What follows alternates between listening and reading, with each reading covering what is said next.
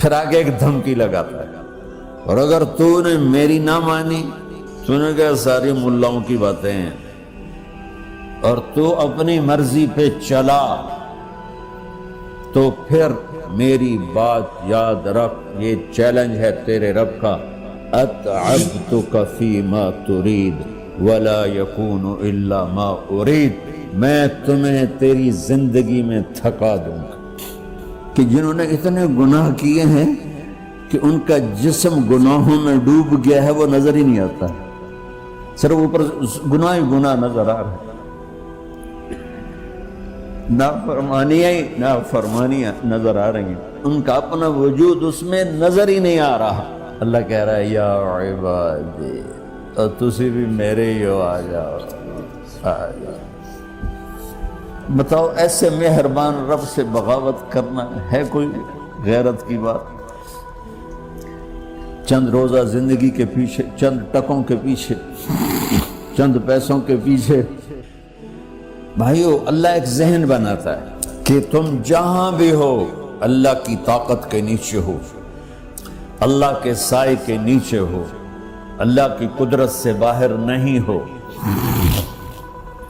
قل ارأيتم ان جعل الله عليكم الليل سرمدا الى يوم القيامة من اله غير الله ياتيكم بضياء افلا تسمعون، مجھے بتاؤ اگر میں رات کو کھڑا کر دوں، اللہ اکبر، اور سورج کو نکلنے نہ دوں، تو کوئی ہے جو رات ختم کر سکے؟ کوئی ہے جو سورج کو لا سکے؟ تو تمہاری زمین کا ٹیمپریچر اتنا مائنس میں جائے گا کہ تم سارے ہی برف بن جاؤ گے۔ پھر اللہ کہتا قل ارأیتم ان جعل اللہ علیکم النہار سرمدا الى یوم القیامہ من الہ غیر اللہ یاتیکم بلیل تسکنون فیہ افلا تبصرون، مجھے بتاؤ اگر میں دن کو کھڑا کر دوں، آسمان کے وسط میں سینٹر میں سورج کو کھڑا کر دوں، اسے ڈوبنے نہ دوں، کوئی ہے تیرے رب کے سوا جو اس کو لے جائے اور جا کے وہاں غروب کر دے؟ اس طرح اللہ ذہن سازی کرتا، اگر سورج ڈوبے نہیں تو چند دن میں ساری زمین کو آگ لگ جائے گی، چند دن وہ نکلے نہیں تو زمین فریز ہو کے پوری کی پوری فریزر بن جائے گی، ہم بھی اس میں برف بنے پڑے ہوں گے، اور اگر وہ ڈوبے نہیں تو پوری دنیا کو آگ لگ جائے گی۔ تو اللہ تعالیٰ اس طرح قرآن کی آیات اور واقعات سے بھائیو ایک ذہن بناتا ہے کہ یہاں وہ ہوتا ہے جو اللہ چاہتا ہے، اور تم کہتے ہو ساڈا بھی پورا ہوئے، تو آگے اللہ تعالیٰ ایک ڈیل کرتا ہے، کہتا بڑا سوکھا کام ہے، کوئی مسئلہ ہی نہیں، فَإِن سَلَّمْتَ لِي فِي مَا أُرِيد، یہ میں نے جملہ ابھی نہیں پڑھا تھا، اب پڑھ رہا ہوں، فَإِن سَلَّمْتَ لِي فِي مَا أُرِيد كَفَيْتُكَ فِي مَا تُرِيد۔ میرے بندے، تم گلاسگو میں، ڈنڈی میں، ایڈمبرا میں، مدرول میں رہتے ہو، یا مدینے میں، یا مکے میں، یا جدے میں، تم یہاں اس چند روزہ زندگی میں وہ کر دو جو میں چاہتا ہوں،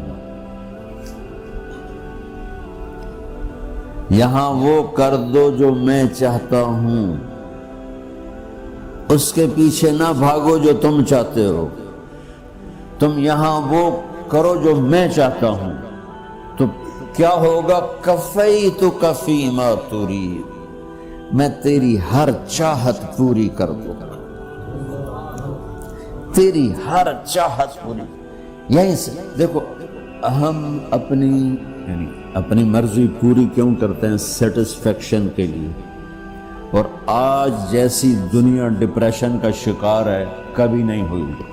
ساری دنیا میں جو دوا سب سے زیادہ بک رہی ہے وہ ڈپریشن کی ہے، پوری دنیا، شاید افریقہ دے جنگل چھڑ کے پوری دنیا میں سب سے زیادہ جو دوا بک رہی ہے وہ ہے ڈپریشن کی۔ جب ہر چاہا پورا ہو رہا ہو پھر ڈپریشن کیوں ہے؟ کہ سسٹم اوپر سے چل رہا ہے، نیچے نہیں۔ کیا لطف انجمن کا جب دل ہی بجھ گیا، اللہ دل کو کی خوشیاں نکال لے تو دنیا کی کوئی رونق اللہ کی قسم آپ کو خوشیاں نہیں دے سکتی. اور اللہ دل میں خوشیاں بھر دے تو موت کو بھی ہنستے ہوئے گلے لگاؤ. میرے نبی کے نواسے نے کربلا میں کس خوشی سے موت کو گلے لگایا، کس خوشی سے اولاد کو ذبح کروایا، کس خوشی سے سر کو نیزے پہ چڑھوایا.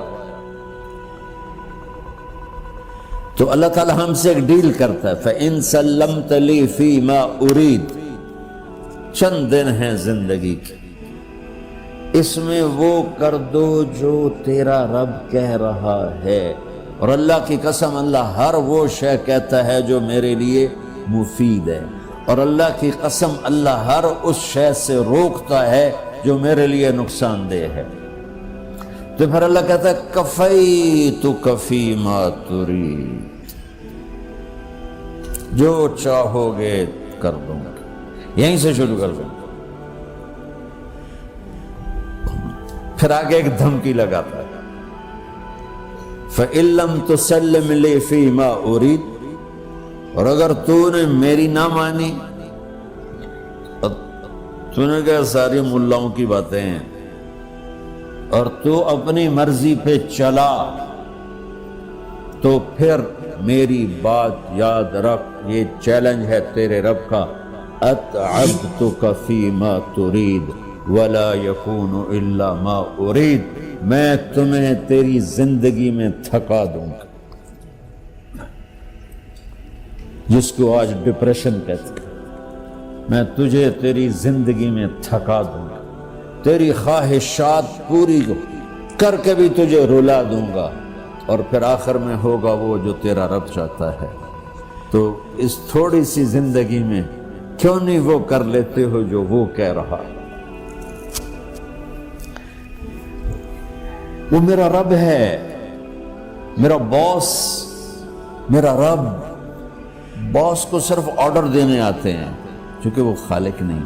اس نے مجھے بنایا ہے، وہ مجھ سے پیار کرتا ہے. کل ہی غالباً وہاں بلیک برن کے بیان میں یہ حدیث میں نے بیان کی کہ ابن آدم انی لک محب، آدم کی اولاد میں تم سے پیار کرتا ہوں. فبحقی علیک کل محبا، ارے تمہیں میری قسم تم بھی تو مجھ سے پیار کرو. ہم کسی سے ناراض ہو جائیں، بیٹے سے، بیٹی سے، بیوی سے، بھائی سے، نوکر سے ناراض ہو. ہمارے لہجے میں سختی آتی کہ نہیں آتی؟ بولو. ہاں، ایک ہی بیٹا ہو لیکن وہ آپ کی مرضی منشا کے خلاف اوور چلا جائے تو آپ ہی کا لہجہ اس کے لیے شدید ہو جائے. ماں کا ایک ہی بیٹا ہو، اس کا لہجہ بھی اس کے لیے شدید ہو جائے. اور یہاں تو نوکر سسٹم ہے نہیں، ہمارے ہاں تو نوکر سسٹم ہے تو ان کی عزت ان کے ہاتھ میں پکڑا دیتا.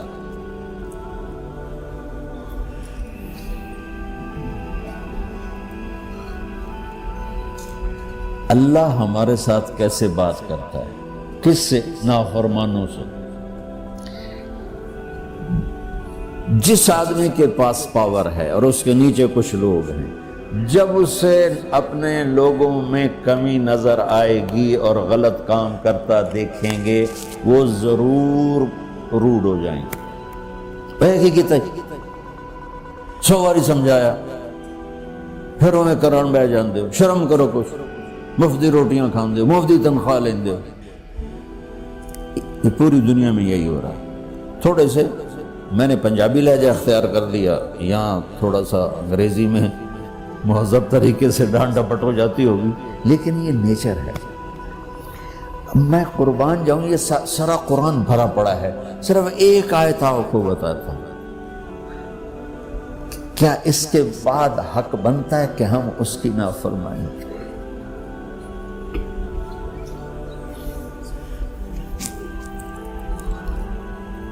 کچھ لوگ ہیں جن کے بارے میں اللہ کہتا خلطوا عملا صالحا وآخر سیئا. میرے کچھ بندے ایسے ہیں کبھی نیکی بھی کر لیتے ہیں، کبھی گناہ بھی کر لیتے ہیں. یہ اللہ تعالیٰ قرآن میں خود بتا رہا ہے کہ میرے کچھ بندے ایسے ہیں، کبھی بڑے نمازی بن جاتے ہیں، کبھی مسجد کا راستہ ہی بھول جاتے. اور کچھ بندے ایسے ہیں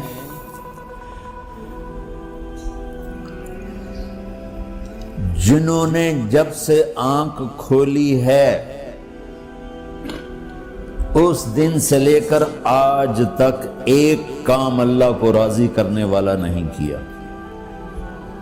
ایسوں سے بھی دنیا بھری پڑی.